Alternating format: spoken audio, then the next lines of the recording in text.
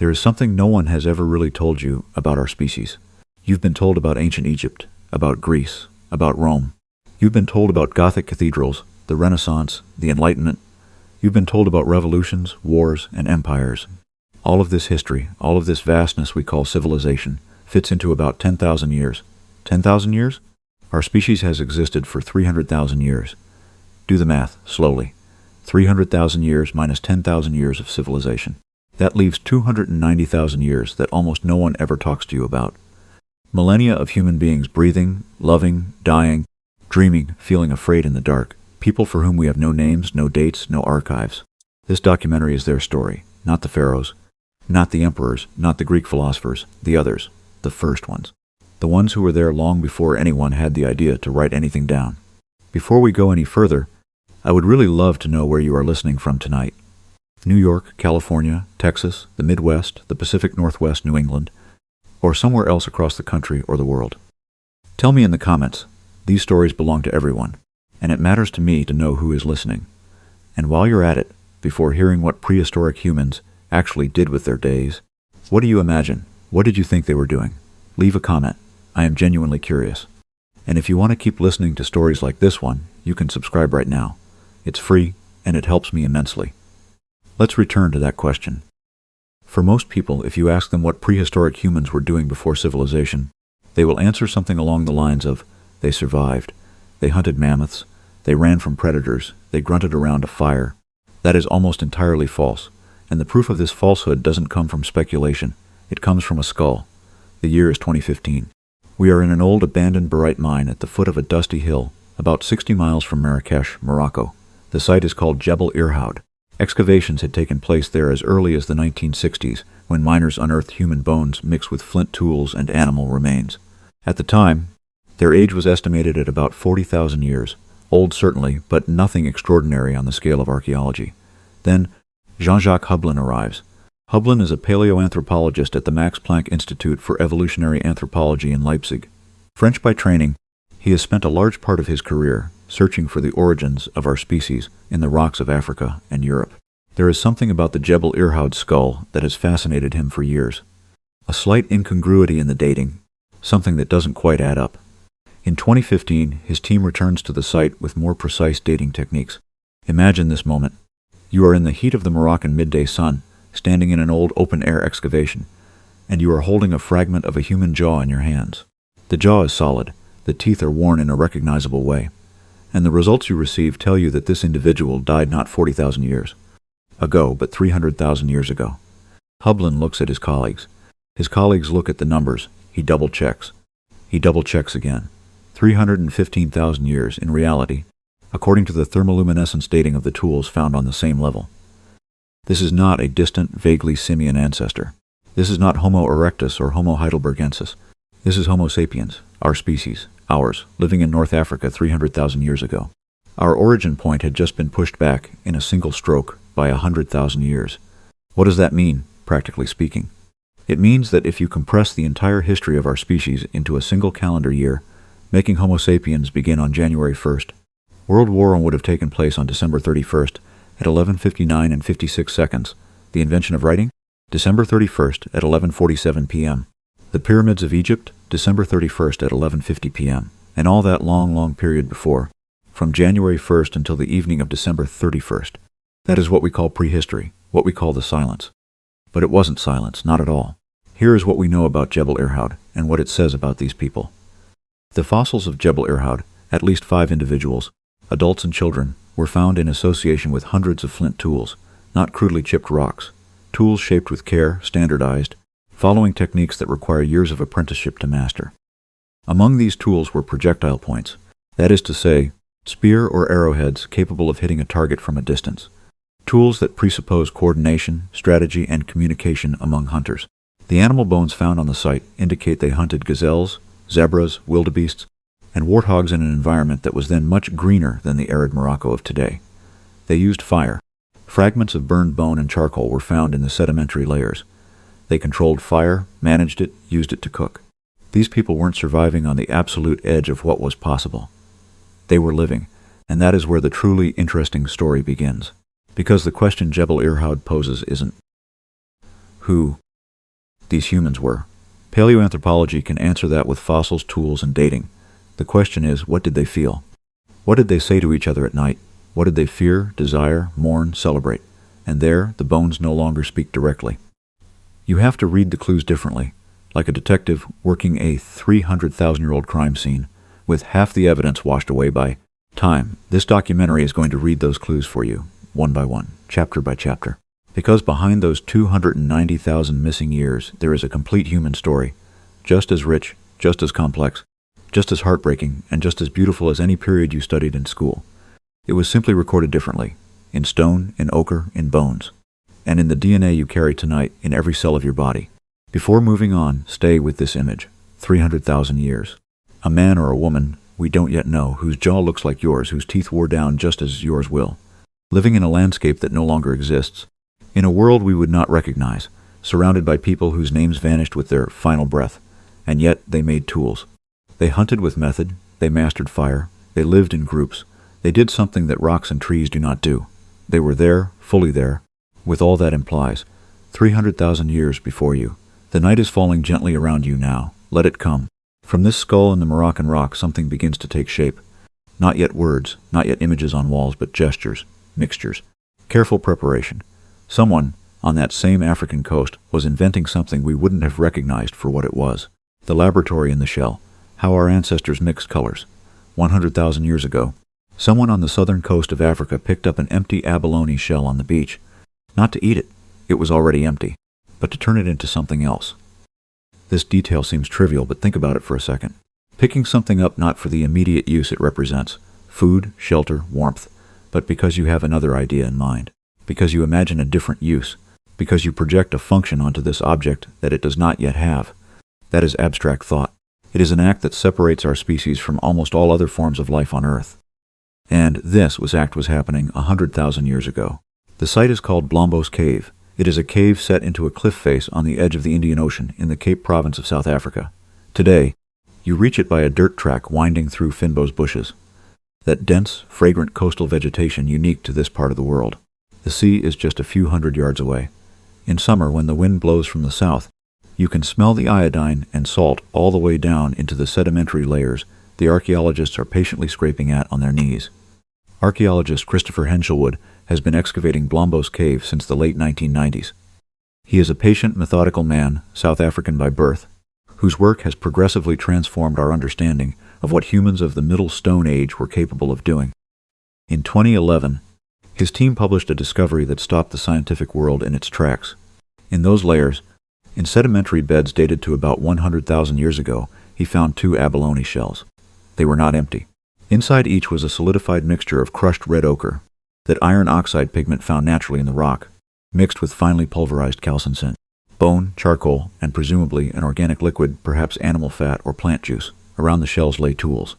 Stones that had been used for grinding and mixing, pieces of ochre, bearing the marks of being used as crayons to spread the mixture. This is not accidental. This is not natural. This is a workshop. Imagine the scene, not in the style of a textbook, but truly. Someone is sitting at the entrance of the cave. The late afternoon light comes off the sea. In their left hand they hold an abalone shell, heavy, iridescent, smooth to the touch.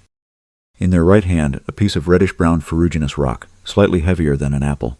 The person grinds the rock against the edge of the shell. Orange-red powder falls slowly, methodically. The same gesture repeated.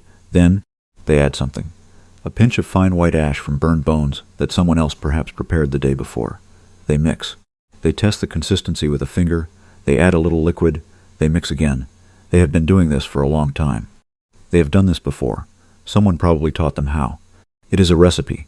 This is what we need to correct in our usual representations. We often imagine that prehistoric art, paintings, ornaments, and pigments were something spontaneous, instinctive, as if a caveman one day had a sudden impulse and smeared a wall with red. That is not what the evidence from Blombos shows. What shines through in these 2 shells is chemical premeditation, a reproducible recipe, transmitted knowledge. The calcined bones didn't get there by chance. Someone burned them on purpose, crushed them on purpose, understood that adding them modified the texture or the durability of the mixture. This is applied chemistry. It is technology. And it is 100,000 years old. But to do what exactly? Here begins one of the most fascinating debates in modern paleoanthropology. Ochre, this red or yellow pigment drawn from iron-rich rocks, had multiple uses in the Middle Stone Age. Researchers have identified at least 4 possible, and probably simultaneous uses. First, skin protection. Ochre mixed with animal fat forms a screen against the sun, insects, and perhaps even certain bacteria. Recent studies show that ochre has slight antibacterial properties. Second, technical adhesive. Ochre mixed with certain plant resins improves the strength of the glues used to attach flint points to wooden shafts. In other words, to make composite tools. This isn't decoration, this is engineering. Third, identity marking. Red ochre on the skin signals something. Belonging to a group, status, preparation for a ritual or a hunt. What exactly we cannot say, but the evidence seems to confirm that it meant something. And fourth, what we are tempted to call art, decoration. The expression of something that words cannot yet quite name. These 4 uses do not exclude each other. They probably coexisted, just as they do for us today. The same gesture can have a functional dimension and a symbolic dimension at the exact same time. There is another object found at Blombos that cannot be ignored. In 2018, Henshelwood and his team published a discovery even smaller and even more telling than the abalone shells. A flake of silkrete, a hard sedimentary rock about the size of a finger. On one face of this flake, someone traced a series of cross-hatched lines with an ochre crayon, 9 horizontal lines, several diagonal lines, forming a regular geometric pattern. The dating, 73,000 years. It is the oldest known drawing made by our species, not an accidental sketch, not scratches left by a tool, an intentional drawing with regular proportions, whose lines bear witness to a mastered gesture, a hand accustomed to holding something precise, and moving it with control. It is not the ceiling of the Sistine Chapel, but it is exactly the same foundational gesture. The hand that holds, the eye that guides, the mind that decides to leave a mark that others will be able to see. What did these geometric patterns mean? That is the question Henshelwood himself asks openly, and to which he admits he cannot give a certain answer. Some researchers believe these patterns were pure art, expression for the sake of expression, the pleasure of making something beautiful. Others believe they were a form of notation, conventional symbols shared within a group where all members attributed the same meaning to them. A code, in short.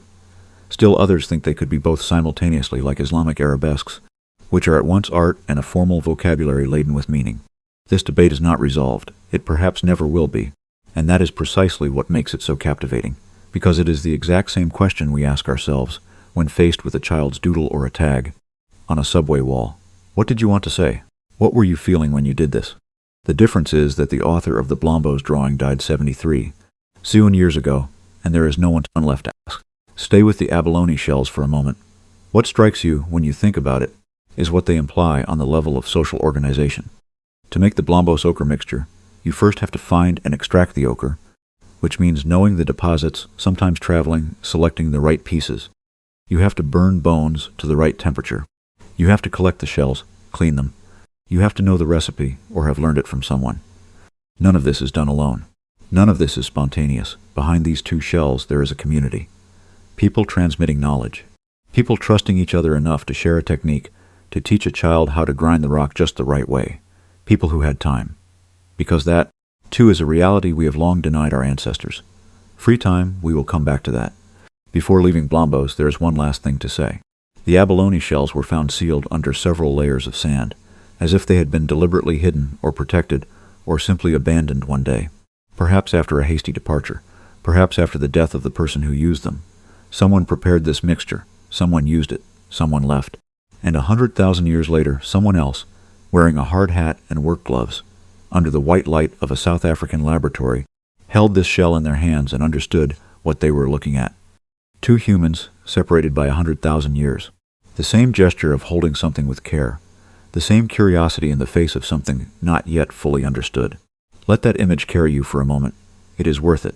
Someone had prepared something for a reason. Perhaps to decorate, perhaps to mark, perhaps to honor. And right there, less than a day's walk from Blombos, on the shores of that same sea, other humans were doing something that the person with the shell would undoubtedly have recognized, preparing a space for the dead. The first burial. What we place in the arms of a dead child.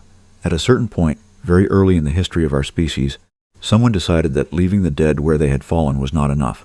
This someone dug, wrapped, placed something down, and then filled the hole. This gesture alone is one of the most human acts we know.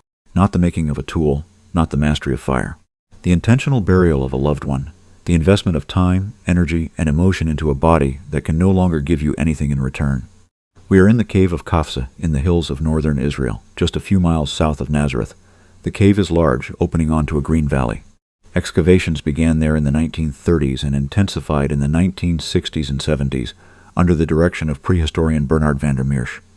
Over the decades, archaeologists have unearthed the remains of at least 15 individuals, men, women, children, dated to about 90,000 to 100,000 years ago. They are intentionally buried, not thrown in a corner, not abandoned, buried, and with them pieces of ochre, some shaped in a way that proves their use as pigment. Pierced seashells brought back from the Mediterranean Sea 30 miles away, carefully placed animal remains. These are not scraps, these are offerings. But there is one individual in particular who holds my attention. They call him Qafzeh 11, a child, aged about 10 to 12 years old at the time of his death. We can estimate this by the calcification of his teeth and the development of his bones. Qafzeh 11 is buried in a specific position on his back, legs slightly drawn up, and in his arms, precisely in his arms as if he were holding them, or as if they had been given to him to hold, are the antlers of a large deer, intact, not broken, not consumed, not useful, just there, in the arms of a dead child. You have to pause here. Someone found these antlers, carried them to the cave, slipped them into the arms of this child, before covering him with earth. This is not a practical act. This is not primitive superstition. This is love, or something that resembles it so closely that the distinction perhaps doesn't matter. The question researchers ask here is difficult to formulate with precision. We can document the gesture, we can describe the objects, we can date the grave, but we cannot access what these people believed about death. Did they believe in an afterlife? It is the most natural hypothesis. Placing objects with the dead seems to logically imply the idea that they might need them somewhere. But perhaps not. Perhaps the antlers in the child's arms had no eschatological dimension. Perhaps it was simply, here is what you loved while you were alive. Here is what was beautiful. Here is a fragment of the world you inhabited. Stay with it. This debate between those who see in prehistoric burials the proof of a belief in the beyond, and those who see only the expression of grief and social bonding is not resolved. It probably cannot be. But both sides agree on something. These people felt something about death that went beyond biology. In 2025, a new discovery came to complicate the picture even further. The cave of Ein Kashish in Israel had been excavated for several years. In 2025, archaeologists published their conclusions on 5 individuals buried there, about 120,000 years ago, with ochre, pigments, and faunal remains, making it potentially the oldest intentional burial site in the world for Homo sapiens. Even more interestingly, Neanderthal-type tools were found in the same stratigraphic layers. This suggests, and this is where the ground becomes unstable beneath our feet, Homo sapiens and Neanderthals were living in this region at roughly the same time, and that they perhaps shared cultural practices. Perhaps the two species even buried their dead in comparable ways. Which brings us back to a question we will dig into later. Where does Homo sapiens end, and where does the other begin? There is something profoundly universal in the gesture at Qafzeh. Tonight, in your house, in your apartment, in your room, if you have ever lost someone, you know what I am talking about. The instinct to do something. To prepare a meal for the living. To plant something. To place flowers somewhere. To tell a story about the absent person. This is not a modern invention. This is not a recent cultural convention. It is something that has existed in our species for at least 100,000 years. The red ochre placed in the graves of Qafzeh was probably red like blood. The symbol of life in a culture where no one had yet invented writing to explain why. Simply red like blood, red like life. Placing it there because life had left this body, and they wanted to give something back to it. What is striking in prehistoric burials is also what they say about the living. To bury the dead with care, the living must have time. They must not be constantly surviving on the razor's edge. The community must assign value to this gesture.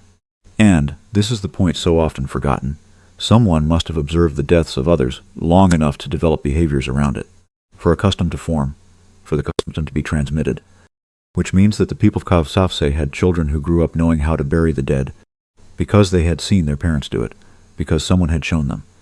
That is cultural transmission. That is education. 50,000 years before the first school. The cave of Qafzeh is now protected, partially closed to the public. The bones that were found are studied, photographed, modeled in 3 dimensions. The child called Qafzeh 11 is now in a database. His measurements are known. The chemical composition of his bones has been analyzed. We know what he ate, mostly meat, along with wild plants. We know his health was generally good until he died. We do not know how he died. We do not know his name. We do not know if anyone wept after closing the earth over him. But we know that someone placed something in his arms, and that is enough. Stay with this image just a little longer. A child, a knight 100,000 years ago. Arms holding something heavy, red earth, and the living, somewhere, who did this together. Who chose to do it together. Because there was something in their way of being in the world that made this gesture necessary. That something we still have. You still have it. What someone places in the arms of the dead is often what is most precious in the world of the living, and what was precious in this prehistoric world. The symbols, the colors, the sounds, was beginning to build into something very specific. Words themselves, or at least what they were about to become. The language before words, how human speech might have begun. Here is something strange. You are listening to a voice. This voice is telling you things. It uses sounds organized in arbitrary sequences that correspond to abstract concepts. Species, transmission, love. You and I both learned to associate these sequences of sounds without ever having chosen this code. This code is the English language, and the ability to do this, to speak, to listen, to understand, is so fundamental to you that it has become invisible. You no longer notice that it is extraordinary. Yet chimpanzees, our closest cousins, with whom we share 98% of our genome, cannot do this. Not because they lack the brain structures linked to language. Not solely because their larynx is positioned differently. It is deeper than that. It is more mysterious than that.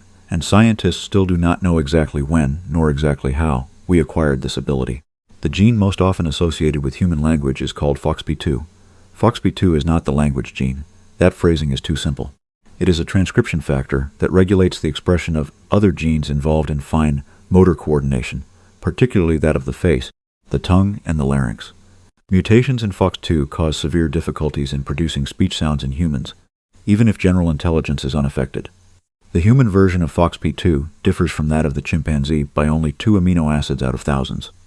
And those 2 differences seem to have a massive effect on our ability to coordinate the fine movements that make speech possible. When did these 2 mutations appear in our lineage? Estimates vary, but most studies place this moment between 200,000 and 100,000 years before the present. And in 2025, a team from MIT published a comparative genomic analysis suggesting that the uniquely human linguistic capacity already existed at least 300,000 years ago, which means that the humans of Qafzeh, the ones burying their dead with ochre and deer antlers, probably had a language. A true language with grammar, with structures of meaning, but probably is a word that carries a lot of weight here, because language does not fossilize. Bones fossilize. Tools fossilize. Pigments in abalone shells fossilize. Words themselves disappear with the final breath of the one who spoke them, leaving no direct trace. What researchers do is read indirect clues, the shape of the spinal canal. The space in the spine that houses the nerves controlling breathing gives indications about the ability to modulate breath for speech. The Homo sapiens of Qafzeh had a spinal canal of modern shape. The morphology of the skull, and in particular the shape of the cranial base, which partly determines the position of the larynx, indicates an anatomy compatible with articulate speech. The hyoid bones, those little U-shaped bones that anchor the tongue and the larynx, and whose shape varies between species, are rarely preserved, but those found in prehistoric Homo sapiens look just like ours. All this suggests the anatomical capacity to speak, but having the capacity and using it are 2 different things. There is an important distinction to make here that few people know. When paleoanthropologists talk about language, they distinguish 2 levels. The first, the ability to vocalize in complex ways and to learn arbitrary sounds associated with objects. Many animals have this ability to varying degrees. Certain birds, certain dolphins, certain primates. Then the second, recursion, the ability to embed clauses within one another. I think that you believe that I know. The ability to speak of the past and the future, to formulate hypotheses, to lie. This second level is what the linguist Noam Chomsky calls generative grammar, and it is, according to many researchers, unique to humans. The question isn't, could our ancestors of 100,000 years ago shout, call out, or make sound signals? Of course they could. The question is, could they tell each other stories? Could they say, I saw a lion near the North River, and if you go there tomorrow morning, be careful on the shaded side. And here the evidence converges toward yes, but with the usual nuance that honest science demands. An MIT study published in March 2025 offered a synthesis of available genomic data and suggested that structured social language, not simply vocalization but symbolic communication with grammar, would have emerged about 100,000 years ago. after the biological hardware had already been in place for tens of thousands of years. In other words, humans perhaps had the hardware for speech long before they fully used it. What is fascinating is that this idea, that capacity precedes usage, appears in several areas of prehistory at exactly the same time. We have the biology before the expression. We have the brain before the cave paintings. We have hands capable of sculpture long before the sculptures. It is as if our species spent a certain amount of time carrying latent abilities, waiting for something, a demographic threshold, an environmental pressure, a cultural roll of the dice, to deploy them fully. It is one of the great unresolved questions of prehistory, and we will come back to it. But let's return to language itself and what it changed. Language is not useful in the sense that flint is useful. It doesn't cut, it doesn't heat, it doesn't protect directly. And yet its appearance is probably the most radical transformation in the history of our species, because language does things that no other tool can do. It allows for the coordination of much larger groups than could be managed by simple observation and imitation. It allows for planning through time, deciding what we will do tomorrow or next season. It allows for the transmission of knowledge to someone who wasn't present during the original experience. It allows us to invent entities that do not exist, gods, rules, nations, and to treat them as if they do, which allows for large-scale cooperation between individuals who do not know each other. And above all, and this is the most dizzying part, language allows a human being to speak about themselves, to say, I, to see themselves from the outside, to understand that others also have an inner life. What is called in cognitive science the theory of mind, the ability to understand that other minds exist, that they have beliefs, desires, and intentions different from your own. Non-human primates have a rudimentary version of this ability. Humans have a version so sophisticated, it has no equivalent in the rest of the animal kingdom. And it is highly probable that this ability and language developed together, mutually reinforcing each other over hundreds of thousands of years. There is one thing I often think about when I try to imagine the very first human language. Not the words, not the grammar. The first time someone said something that was not true, the first lie. Because lying, truly lying, not simply deceiving through behavior, requires something very specific. It requires knowing that the other person has a model of the world in their mind and deliberately deciding to alter that model by giving them false information. The lie is, in a way, the most sophisticated proof that language has reached its full maturity, because it presupposes that you understand that the words you speak create a reality in someone else's mind. When that first lie was told, or by whom, or for what reason, we will never know. But it is a thought that makes me smile. Somewhere in the history of our species, someone said something that wasn't true, and the fact that we will never know it is, in a way, perfectly fitting. The night is deepening a little.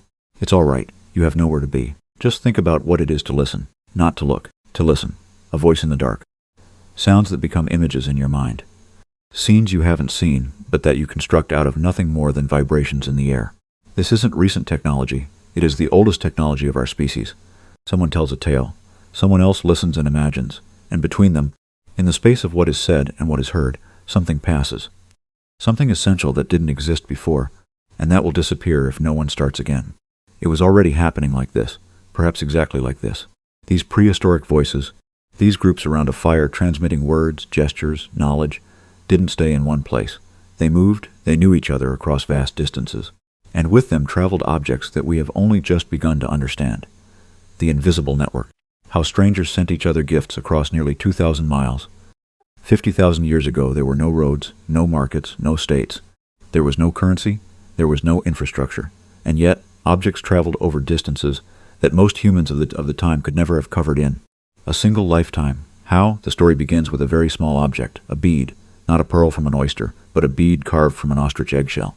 A small disc, about half an inch in diameter, pierced in its center with a carefully drilled hole, polished until the surface was smooth under the thumb.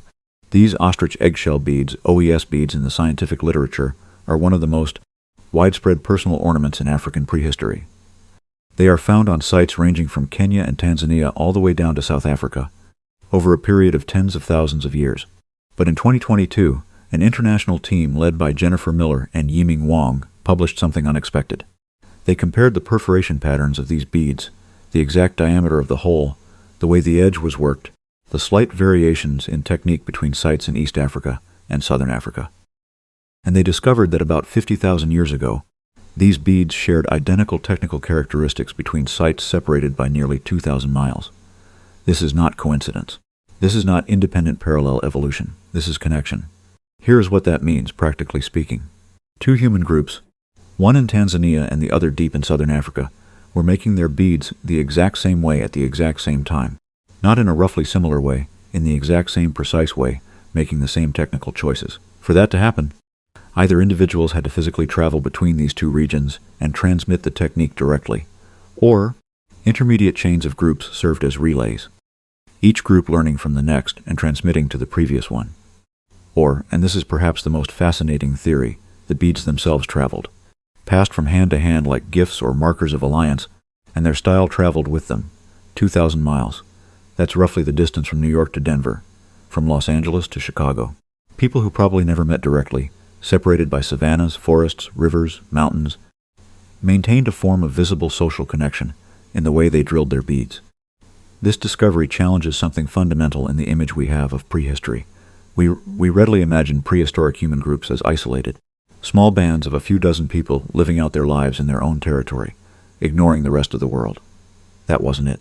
What existed was something resembling what anthropologists call an alliance network, a system of relationships maintained between groups who do not see each other regularly, but who mutually recognize each other as belonging to the same social universe. These relationships materialize in objects, gifts, shared identity markers. The ostrich eggshell beads were probably a form of portable identity. Wearing these beads signaled something. Perhaps, I come from a world where these objects have value and meaning. We are on the same side. Which is, at its core, exactly the same logic as a football team's jersey, a union armband, or a club pin. The instinct to belong, and to signal that belonging, is profoundly, irreducibly human, and it is at least 50,000 years old. But the beads are not the only travelers. At Blombos and in other Middle Stone Age sites in Africa we find obsidian, that black glassy volcanic rock sharp as glass, whose closest natural deposits are hundreds of miles away. Someone transported that obsidian, or traded it, or someone else transported it, then traded it again and again until it ended up in the hands of a flint knapper hundreds of miles from its point of origin. Archaeologists like Nicole Boyven and others have documented these prehistoric long-distance trade networks with increasing precision. What they reveal is an invisible map of human connections covering the African continent, existing long before anyone had the idea of a city or a state. Why is this important? Because it changes the way we understand human cultural evolution. For a long time, we thought innovations happened locally and spread slowly, like drops of oil in water. One group invents something, its neighbors imitate it, and so on over millennia. What the bead networks suggest is something different. It's that innovations could spread rapidly over very long distances because intentionally maintained channels of communication existed between far-flung groups, which in turn means that prehistoric humans did not develop their culture in silos. They co-developed it, exchanging, showing each other what they were doing, imitating, adapting, improving. It is globalization, 50,000 years before globalization. There is a specific aspect of these alliance networks that anthropologists have observed in modern hunter-gatherer groups. Kungsan of the Kalahari, the Hadza of Tanzania, that deserves to be stated explicitly. These networks functioned as a safety net. When one region went through a period of drought or famine, the members of the group could activate their long-distance alliance relationships, travel to another group, be welcomed, be fed. In exchange, they themselves would have welcomed others during bad seasons. This system, which anthropologists sometimes call social storage, was perhaps one of the most important survival mechanisms our species ever developed. Not storing food, storing relationships, investing in people you might not see for years because one day you will need them and they will remember you. This is not a modern strategy. It is not an invention of diplomacy or economics. It is pure prehistory, and it is exactly what we still do without thinking about it. When we maintain distant friendships, when we keep in touch with someone we no longer see, when we say, "If you ever need anything," 35,000 years before the present, South Africa, the site of Sibudu or other contemporary sites. Someone sat down by the light of the fire and took an ostrich eggshell still intact.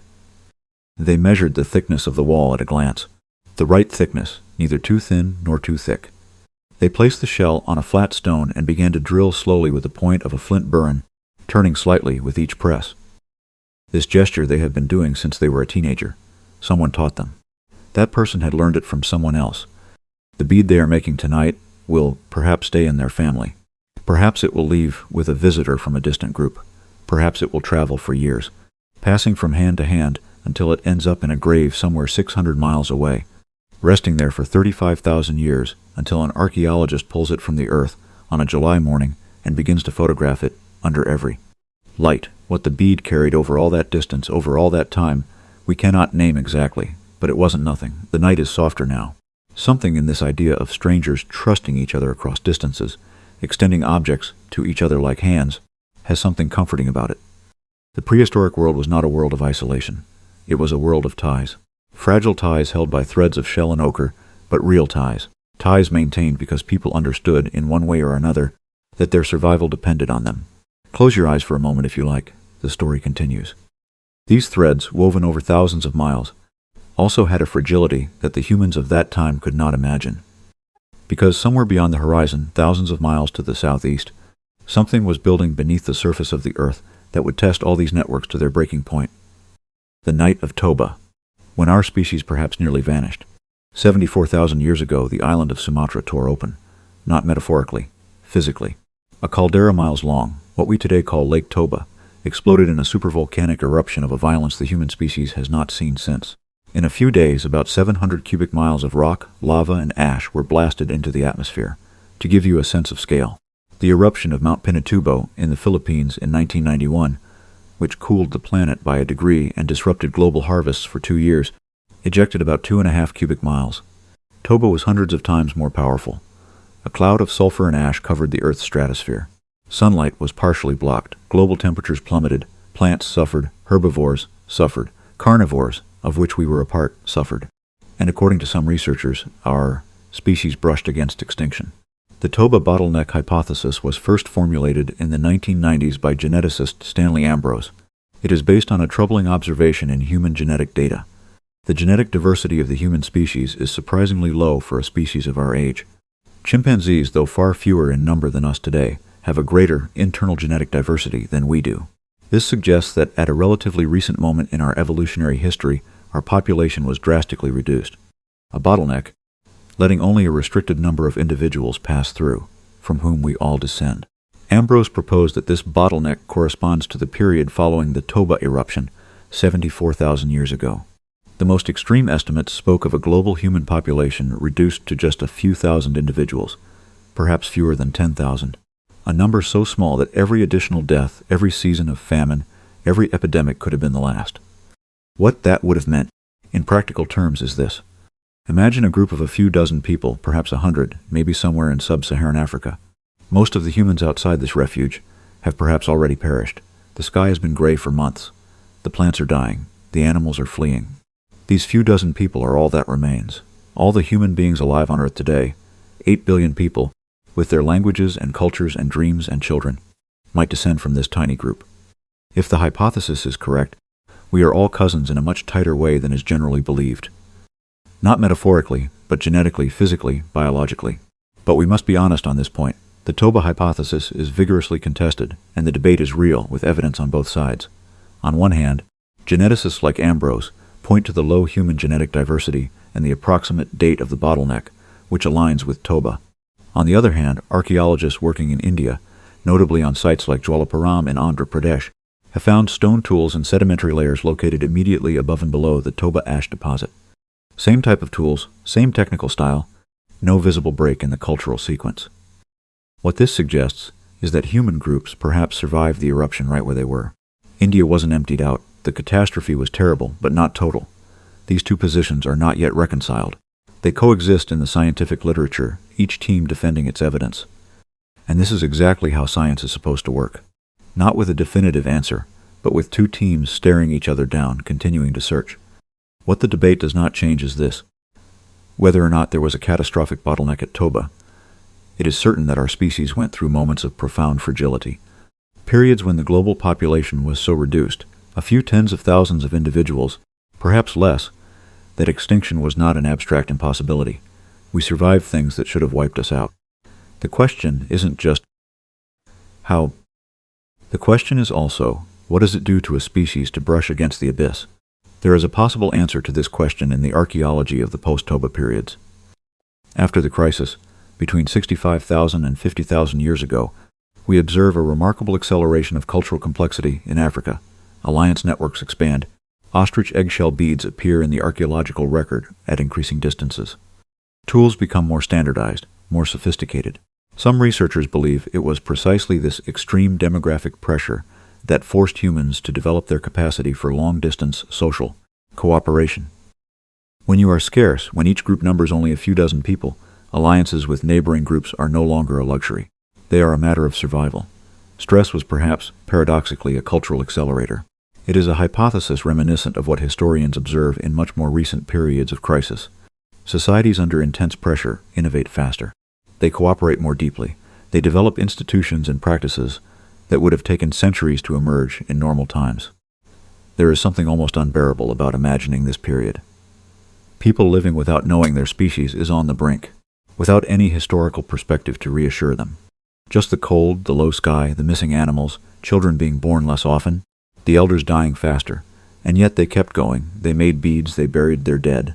They told each other stories. They passed their know-how down to their children. They didn't stop being human just because circumstances made humanity difficult. On the contrary, the night of Toba is perhaps the deepest night in our history. The night when the light was thinnest, the sky most closed off, the future most uncertain. But someone kept the fire lit. You are the proof that someone did. But humans were not walking through this period alone. In the same landscapes, the same forests, the same valleys, other beings walked. Beings who looked like them, who made tools, who perhaps buried their dead too. And the encounter between these two worlds was far more complex than what the textbooks wanted you to believe. Us and the others. What really happened when Homo sapiens met the Neanderthals? For decades, the official version went something like this. Homo sapiens arrives in Europe about 40,000 years ago from Africa, carrying a more sophisticated culture, finer tools, a superior intelligence. The Neanderthals, slower, less adaptable, gradually yield the terrain. Within a few millennia, they disappear. End of story. It is a clean, easy-to-tell version, and almost entirely false in its simplification. Let's go back to 2009, Leipzig, Germany, the laboratories of the Max Planck Institute for Evolutionary Anthropology. Svante Pääbo, a Swedish geneticist, son of biochemist Sune Bergström, is sitting in front of a computer screen at 2 a.m. He is waiting for the results of an analysis that took years to perfect. Extracting DNA from bones 40,000 years old is technically extraordinarily difficult. The DNA degrades, it fragments. It gets contaminated by the DNA of bacteria, fungi, or the researchers themselves who handled the bones during a century of excavation and analysis. Pääbo and his team developed entirely new techniques. They sequenced fragments of DNA tens of thousands of years old, reconstructed portions of the genome, and compared what they found with the modern human genome. And there, in the data glowing on the screen, something doesn't line up. A fragment of the Neanderthal genome, a specific DNA sequence, appears in the data of a modern human genome. Not in that of a sub-Saharan African, in that of a European. Pääbo calls his collaborators. They all look at the same data. No one speaks for several seconds. What they are seeing is the proof that Neanderthals and Homo sapiens crossed paths, that they had children together, that those children survived and reproduced, and that their descendants, tens of thousands of generations later, read emails, drive cars, and listen to documentaries in the dark. The publication in 2010 in the journal Science is one of the most important of the decade in human sciences. The result: non-African humans carry between 1% and 4% Neanderthal DNA in their genome. Sub-Saharan Africans carry very little or none at all, which is consistent with the idea that the interbreeding occurred after the exit from Africa, in Eurasia, when Homo sapiens and Neanderthals shared the same territories. This is not an insignificant trace. 2% of a human genome is thousands of active genes. Some of these Neanderthal genes seem to have played a role in the adaptation of humans to the cold climate of Eurasia, genetic variants linked to fat metabolism, cold tolerance, the immune system. Neanderthal genes perhaps helped you survive winters. You couldn't have made it through without them. Genes inherited from someone history had classified as inferior and obsolete, and science keeps finding more. In December 2024, a study published in Nature refined the timeline of these interbreedings, estimating that they took place primarily between 45,000 and 50,000 years ago, corresponding to the period when Homo sapiens began settling in Europe. And in February 2026, a team from Penn State University published a genomic analysis suggesting something surprising about the nature of these unions. The crossings were not symmetrical. They most often involved Neanderthal males and Homo sapiens females, not the reverse. This gender bias in prehistoric mating was probably linked to the social structure of the two species. Perhaps Homo sapiens women had more mobility and contact with outside groups. Or perhaps the dynamics of encountering the two species had their own logic that we don't yet understand. What it says is that these encounters were not accidents. They occurred with enough regularity to leave a genomic imprint that we still detect today. But let's return to the core question. What was it like to stand face to face with a Neanderthal? Imagine. You are walking in a dense forest in Central Europe 45,000 years ago. The air is cold. We are in the middle of an ice age. The trees are different from the ones you know. The landscape is more open, more austere, and you cross paths with someone. This someone is human. Not exactly like you. A bit stockier, the brow ridges more prominent, the skull a slightly different shape, but standing upright, looking you in the eye, holding a tool in one hand that looks a lot like yours. What do you do?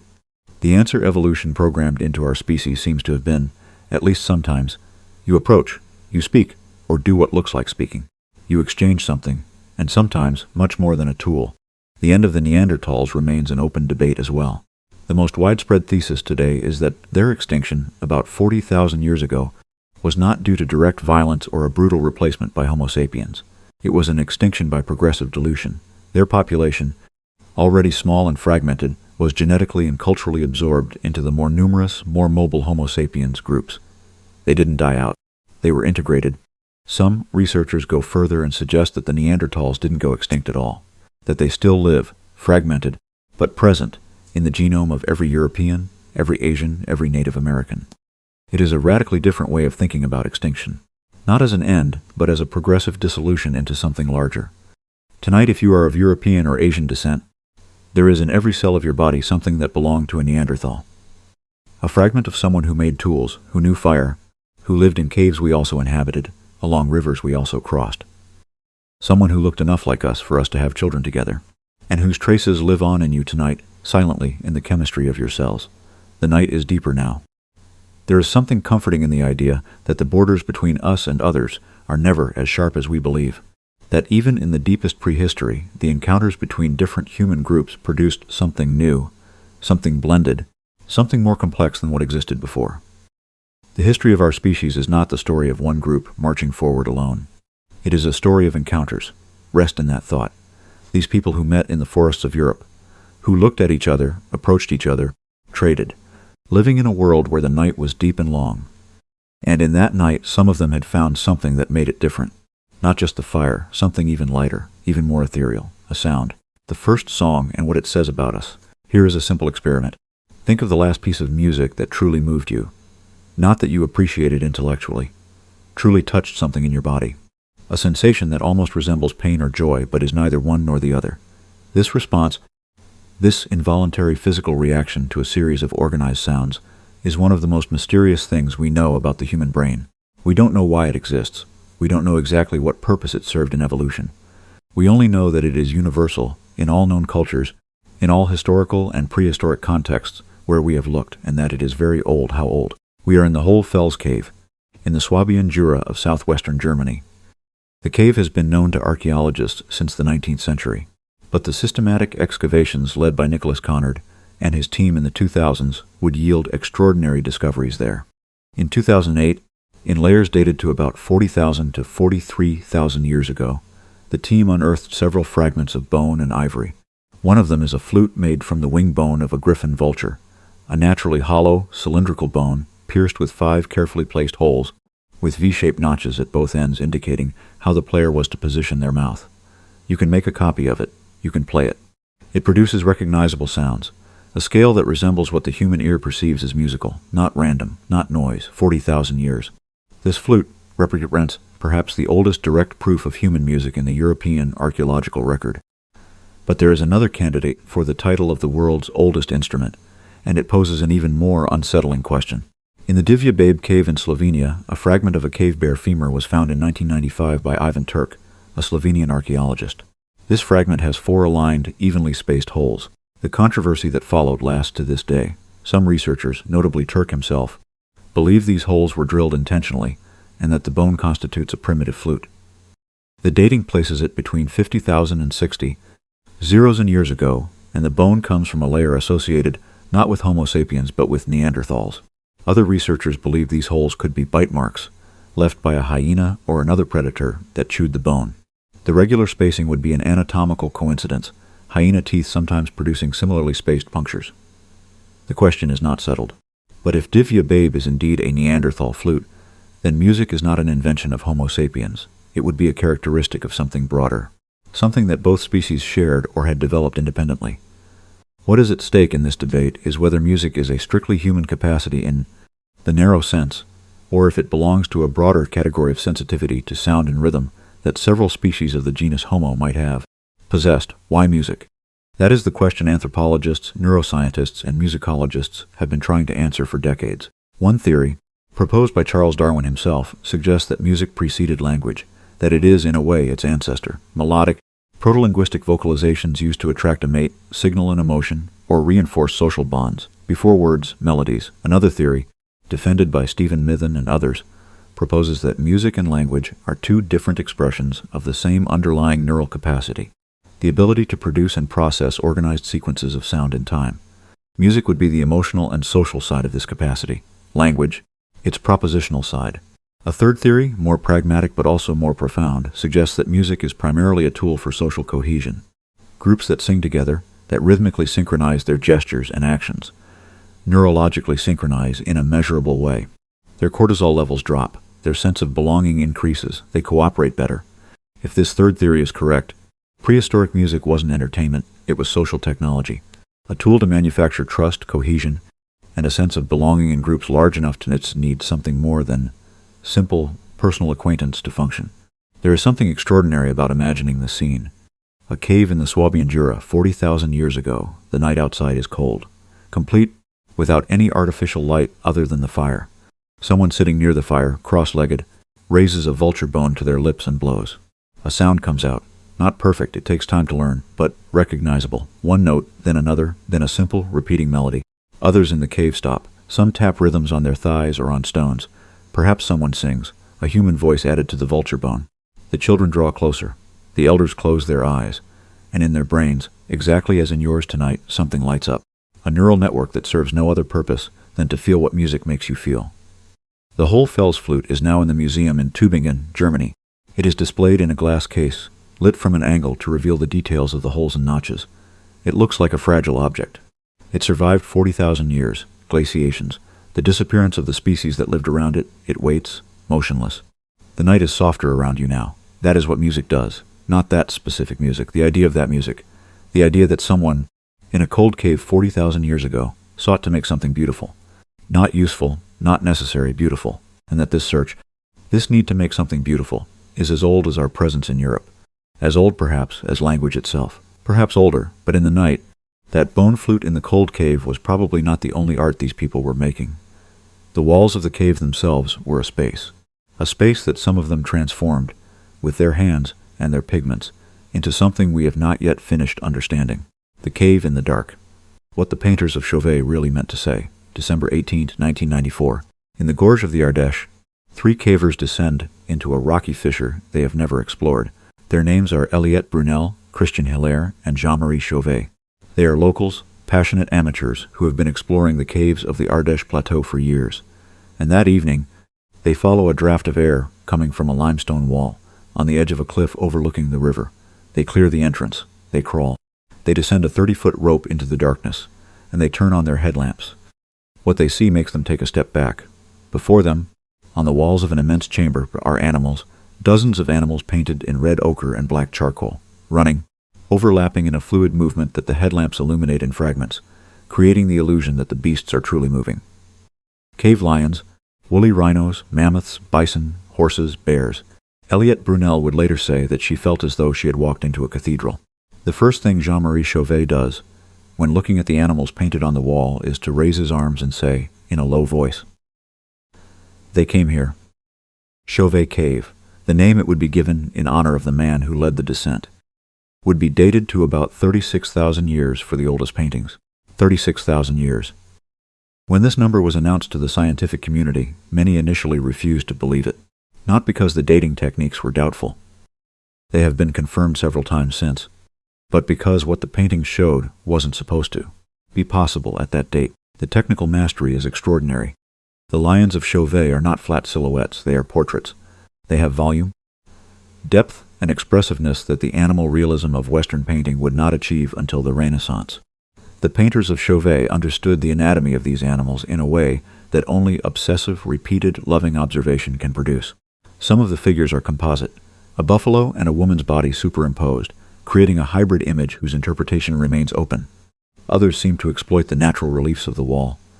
A bump of calcite becomes the shoulder of a mammoth, a fissure becomes the jaw of a bear. This is not decorative painting, this is visual thinking. Why did they paint in these caves? It is one of the most debated questions in prehistory, and the answers proposed over the last 100 years say as much about the researchers as they do about the painters. At the beginning of the 20th century, the dominant hypothesis was hunting magic. Prehistoric humans painted the animals they wanted to hunt, hoping that the representation would give them power over the real prey. Henri Braille, the great pioneer of French prehistory, defended this thesis with conviction. Then, archaeologists looked closer at which animals appeared in the paintings and which animals appeared in the food scraps of the same sites. The two lists almost never match. At Lascaux, horses and aurochs dominate the paintings, but in the food remains, it is mostly reindeer that the inhabitants were eating. Why paint what you don't hunt, and hunt what you don't paint? The hunting magic theory is not dead, but it has lost its certainty. The shamanic hypothesis, developed notably by prehistorian David Lewis Williams starting in the 1980s, proposes something different. Lewis Williams, studying the rock art of the San people of South Africa and comparing it with European cave art, noticed striking similarities. Recurring geometric shapes, zigzags, spirals, dots, hybrid human-animal figures, representations of bodily transformation. These motifs resemble the hallucinations produced by altered states of consciousness, whether induced by psychoactive substances or prolonged trance.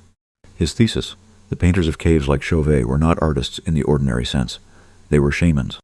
Individuals capable of entering altered states of consciousness, who penetrated into the deepest, often inaccessible, often dangerous parts of the caves to meet the spirit world, and leave traces of those encounters. This hypothesis is attractive.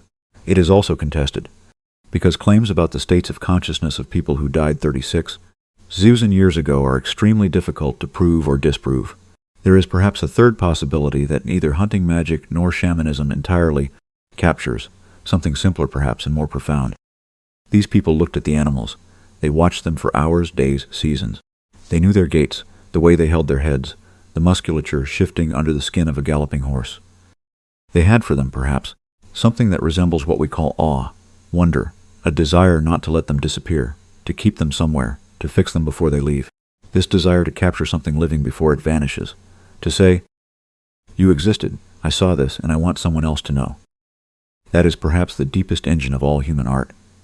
The mammoths of Chauvet have been extinct for 10,000 years, and in that cave, in that darkness that has not known the light of day for millennia, they are still running. There is one last detail in Chauvet Cave that I want to leave you with.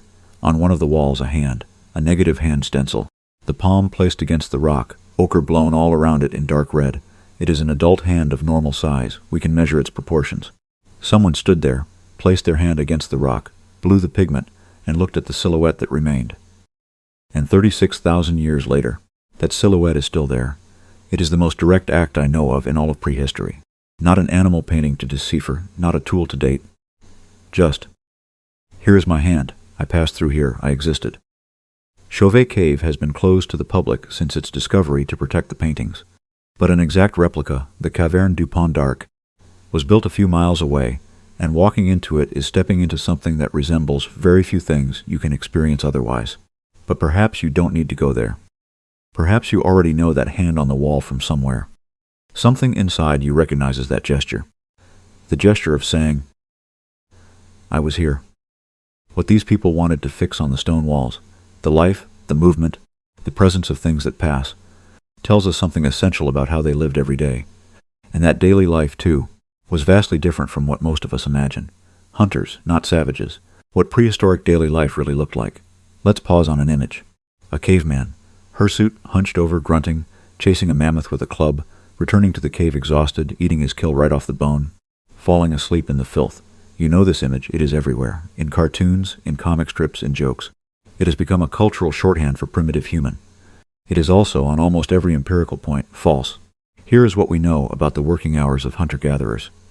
In the 1960s and 1970s, British anthropologist James Woodburn spent several years studying the Qafzeh of the Kalahari, a hunter-gatherer population in southern Africa often used as a living model to understand prehistoric lifestyles. What he measured surprised everyone. The adult Qafzeh worked an average of 4 to 5 hours a day to feed themselves, some days less. On days of big hunts or intensive gathering, a little more, but the average is there, 4 to 5 hours. The rest of the time is devoted to socializing, to conversations, to caring for children and the elderly, to games, to discussions that can last for hours, to making ornaments, to stories. Anthropologist Marshall Solins called hunter-gatherers the original affluent society. Not because they had a lot, but because they worked very little to get what they needed. Which does not mean their lives were easy. The absence of modern medicine, high infant mortality, hunting injuries, teeth that wear down and cause pain, winters without reserves, all of that is real. Prehistoric life had dimensions of pain and loss that we cannot comfortably imagine. But it also very likely had a dimension of free time, rich social relationships, and engagement with the world that is often missing from the picture we paint of it. Try to imagine a day. You wake up in the gray light that precedes the dawn. Around you, in the same space, the members of your group. Perhaps 20 to 30 people, sometimes more, never much more. People you have known since birth, whose breathing you recognize in your sleep. Someone kept the fire going. The smell of burning wood is the first sensation of the day. You eat what is left over from the day before, dried meat and roasted roots. A few berries gathered yesterday afternoon. Not a lot, but enough. Then, depending on the seasons, the necessities, the opportunities, part of the group leaves to hunt or track game. Others, often women with young children, leave to gather. A few individuals stay at the camp, the very old, the injured, women late in pregnancy. This is not a rigid division, it is not a fixed schedule. It is fluid, negotiated, adapted to the situation of the day. The hunt itself is far from the simplistic picture of a man chasing a mammoth with a club. What archaeologists and studies of modern hunter-gatherers reveal is a highly sophisticated activity. Hunting with a bow or an atlatl implies knowing animal behavior with a precision that few modern biologists can equal.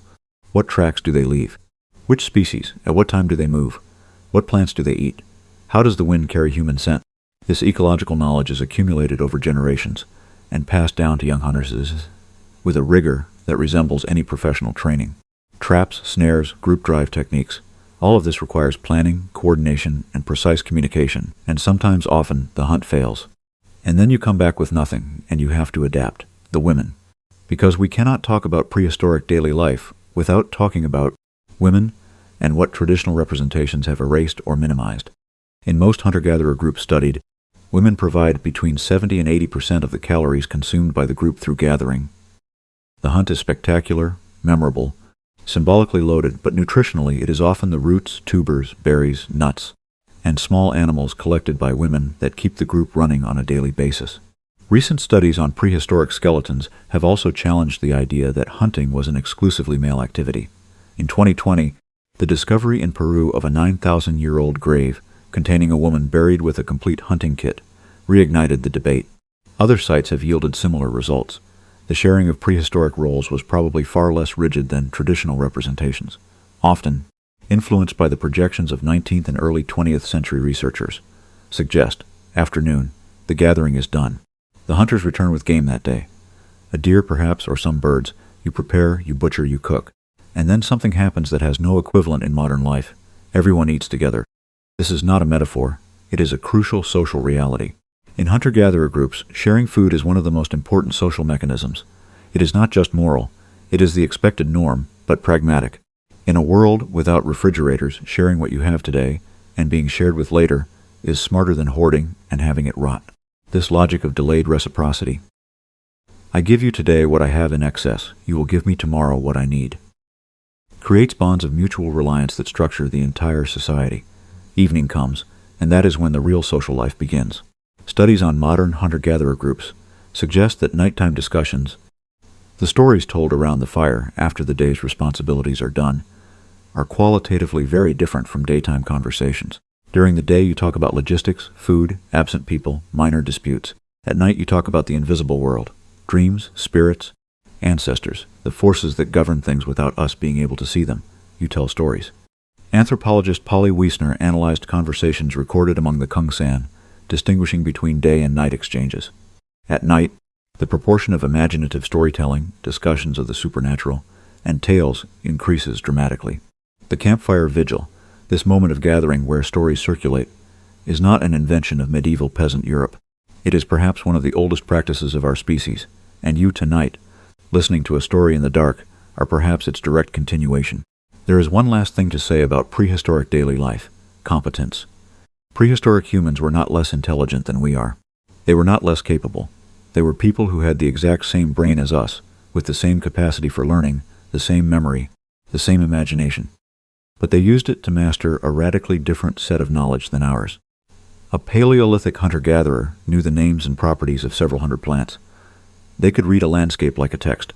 They made tools by hand using techniques that take years to learn. They navigated immense territories without maps or compasses. We can read, drive, use a computer. These are not two levels of intelligence. They are two sets of skills adapted to two different environments. The night around you is complete now. Close your eyes for a second. Think of someone you love, somewhere in the world, whom you haven't seen in a long time. That thought, that connection maintained across space and time, that presence of an absent person in your mind, that is a capacity that emerged in our species a very long time ago. It perhaps fell into place around a fire exactly like that one. But this daily life, so rich, so complex, was not always stable. There were moments when something changed, when a question arose to which no one yet had an answer. And those moments in prehistoric groups produced something strange and recognizable: the Sapient Paradox. Why do we wait 200,000 years before inventing agriculture? Here is the question that has haunted paleoanthropology for decades. Homo sapiens appeared about 300,000 years ago with a brain we believe was structurally similar to ours. Almost 290,000 years later, someone plants the first fields of wheat in Mesopotamia. In between, almost nothing according to the available archaeological record. A few flint tools, a few painted caves, a few burials, no cities, no writing, no agriculture, no civilization. For over 200,000 years, complete human beings with our intelligence, our linguistic capacity, and our social emotions lived and died without having what we call civilization. Why? This paradox was named in 2008 by archaeologist Colin Renfrew, and it is known as the Sapient Paradox. It asks a simple question that no one has yet definitively resolved. Why did a species endowed with the cognitive capacity to invent the wheel, writing, and architecture wait so long to do so? There are several hypotheses, and they are not mutually exclusive. The first hypothesis is climatic. The Neolithic Revolution, the invention of agriculture, occurred about 10 to 12,000 years ago, and that date corresponds precisely to a major climatic shift, the end of the last great ice age. Before that moment, the Earth's climate was not only colder, but above all, extremely unstable. Brutal swings between warm and cold phases occurred over periods of just a few centuries, too short for an agricultural culture to take root. Growing grains requires one thing the Pleistocene did not allow: predictable seasons. You have to know that if you plant in March, you will harvest in September. If spring arrives 2 months early every other year, the whole endeavor collapses. After the Ice Age ended, the climate suddenly became, on a geological scale, more stable and warmer, and agriculture then emerged independently in Mesopotamia, in China, in Mesoamerica, and in several other regions within a few millennia. This global convergence is hard to explain by anything other than the climate. The second hypothesis is demographic. Agriculture is more efficient than hunting and gathering per unit of land. It can feed more people on less territory, but it demands more work, more social organization, and a sedentary lifestyle that has its own costs. A popular hypothesis is that agriculture is not an invention humans made because they wanted to. It is a solution to a problem of demographic pressure. When human groups multiply to the point where the available territory per person shrinks, hunting and gathering becomes progressively less efficient. Prey is scarcer. Gathering zones are shared with more people. At a certain threshold, the investment that agriculture represents begins to make sense. This demographic threshold would have been reached in several regions of the world at roughly the same time post-glaciation. The third hypothesis is more provocative, and it is the one that fascinates me the most. What if our prehistoric ancestors simply didn't need agriculture? For 200,000 years, hunting and gathering worked. Populations were small, resources were sufficient. People worked 4 to 5 hours a day to feed themselves and spent the rest of the time socializing, making art, telling stories. From this perspective, the question, why did they wait so long to invent agriculture, is poorly framed. The real question would be, why would anyone in their right mind choose to work more, to be tied to one place, to depend on a limited number of crops, and to be exposed to contagious diseases that spread in dense populations. When the available alternative is working 4 hours a day and eating a varied diet, agriculture was perhaps not a progress that humans were eager to adopt. It was a forced adaptation, imposed by new environmental and demographic constraints, which entirely changes the way we tell the story. The skeletons speak, and what they say is uncomfortable for the usual narrative of progress. Osteological analyses of the first farmers in the Near East, compared to those of the hunter-gatherers who preceded them in the same regions, paint a striking picture. The early farmers were shorter. Their teeth were in worse condition because starch-rich grains rot teeth in a way that meat and berries do not. Their skeletons show more signs of nutritional deficiency, particularly in various vitamins and minerals, that the diverse diet of hunter-gatherers covered better than a diet based on wheat and barley, and they died from infectious diseases, smallpox, measles, early forms of tuberculosis, diseases that only spread efficiently in dense sedentary populations. Agriculture allowed more people to be born and survive to reproductive age, but the individuals themselves were in poorer health than their hunter-gatherer ancestors. It wasn't an immediate leap forward, it was a compromise, a transaction between individual well-being and long-term collective survival. There is something in this paradox that feels profoundly relevant to our own time. We live in a civilization that celebrates progress as an intrinsic value. The idea that every next step is better than the last, that technological and social evolution moves in a good direction by definition. The history of agriculture suggests something more complex. The most important transitions in human history are not necessarily freely chosen improvements. They are often forced adaptations to new constraints, creating as many problems as they solve, and whose costs are often unequally distributed. This isn't pessimism, it is honesty. And our prehistoric ancestors, who lived for 200,000 years in ways we would struggle to recognize as civilized, deserve to be looked at with that honest gaze, not as precursors waiting for us to arrive to fulfill their destiny, but as complete human beings who had found a balance and who were forced to break it. The night is very deep now. There is something in this idea that balance is possible, that humans knew how to live in harmony with their environment for hundreds of thousands of years that has a soothing quality, not a nostalgia, just a recognition. We have made other choices, we live differently. But those other lives were real, and they lasted far longer than everything that followed.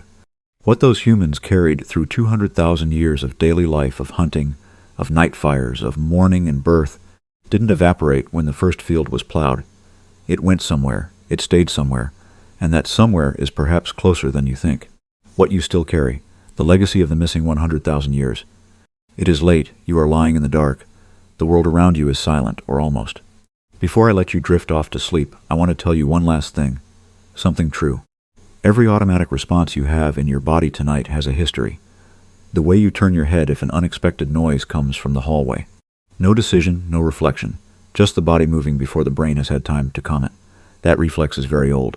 It was forged in environments where unexpected nocturnal noises were actually dangerous, where the immediate response could be the difference between life and death. It lives on in you, intact, even if the noise is probably just the cat. The instinct to scan faces before words. To search in the expressions of others for what their words aren't saying. To read micro-expressions, tensions, signs of hostility or goodwill that precede speech. That is a neurological system shaped in groups of 100 to 150 people. Knowing the intentions of the other before they acted was crucial for social survival. You still do it in every meeting. In every conversation with someone you barely know. The need to feel safe before falling asleep. Not just physically, but safe in the sense of having someone nearby you trust, or being in a closed, familiar space.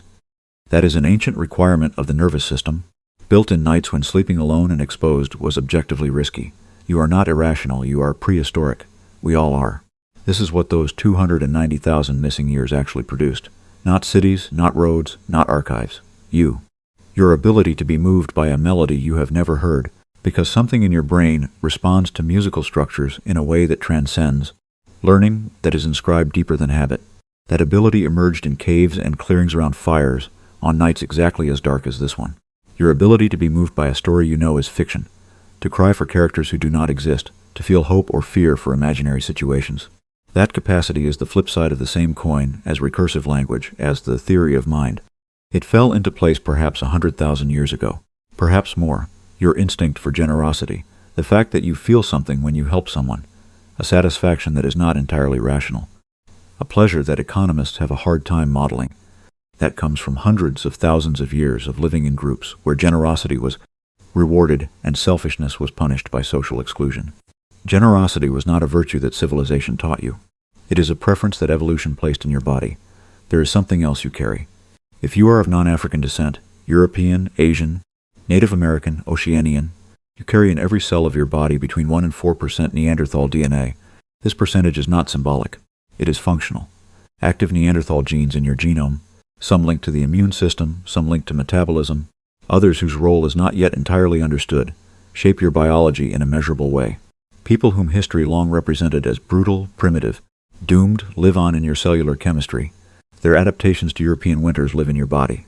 Their way of processing fats, their resistance to certain infections. You are not separated from this history. You are its continuation. And there is a transmission that genes alone cannot explain. The way you tell stories. The narrative structure you use naturally, with a beginning, a tension, a resolution. It is not a technique learned in school. It is a cognitive organization that seems universal in our species. All known human cultures have narratives. All human children, without specific instruction, begin to tell stories with a comparable structure. This form, this need to give a narrative shape to experiences, was built in millennia of campfires, of histories passed from mouth to ear, of ecological and social knowledge wrapped in narrative, because narrative is what our brain retains best. The stories you tell yourself about your own life, who you are, where you come from, what happened to you, use the same structures as the stories told around prehistoric fires. The form hasn't changed. Only what fills the form, yes. There is a thought that has stayed with me since the beginning of this journey. The 290,000 missing years. That long silence between the appearance of our species and the emergence of what we call civilization. It wasn't a silence. It was the manufacturing of what we are. Not the cities, not the writing, not the technologies, us, human nature itself. The fact that we love our children with an intensity that defies rationality, prehistoric construction. The fact that we feel shame, a prehistoric social construction necessary for group living. The fact that we laugh, that laughter is a form of non-aggression signal and social cohesion whose roots are perhaps as old as language. The fact that we are afraid of the dark, and yet, sometimes, we search it for the stars. This documentary has spanned 300,000 years of human history. We started with a skull in a Moroccan mine. We moved through abalone shells filled with pigments. Children buried with deer antlers. The first words that perhaps floated in the air 100,000 years ago. Beads that traveled almost 2,000 miles. The night of Toba. Human beings looking each other in the eye and doing more than just observing. A bone flute played in the dark. Lions painted by a hand we can still measure. A daily life richer, more nuanced, more fully human than anything we had allowed ourselves to imagine. And we arrive here in this night of yours. I would like to ask you one last thing. If you love this journey, if something in these stories changed the way you see yourself, or the way you see the people you pass by, leave a comment. Tell me where you are listening from. New York, California, Texas, the Midwest, the Pacific Northwest, New England, or somewhere else in the world. I want to know who is out there, in this invisible network of listeners I will never see, but whose faces I imagine. And if you want these stories to keep being made, you can subscribe. It is the simplest way to ensure this work continues. But for now, stay just a moment longer. The night is gentle. You are lying in the dark just as thousands of generations before you lay in the dark. In caves, in huts, in rock shelters, in stone houses, in apartment buildings. With the same neural architecture, the same need for safety, the same desire for the day to return, and someone is telling you something. It is the campfire vigil, the old vigil that never really ends. Not because someone decided it, but because it is what we have done for as far back as we can trace. Perhaps since the first nights around the first fires, when language was still new, and the stories we told each other carried vital information about the world. Which plants heal, which path leads to water, which animals to avoid in the light of dawn. The stories have changed. The gesture of telling them and receiving them has not. There are, somewhere in South Africa, in a glass case in a museum in Cape Town, 2 abalone shells. They are 100,000 years old. They still contain traces of dried pigment, a dark reddish-brown, almost black with age. Someone held them in their hands, filled them with care, used them for something that mattered, and left them there. Not out of negligence, but because life goes on, and you cannot carry everything with you. That someone died 100,000 years ago, but something of them, of their way of mixing, of making, of creating, of wanting something to exist, has continued, through generations too numerous to count, through migrations, winters, extinctions of species and languages, all the way here, all the way to you. You carry this chain, you are its most recent link, and tonight, in the dark, you are exactly where you are supposed to be. Good night.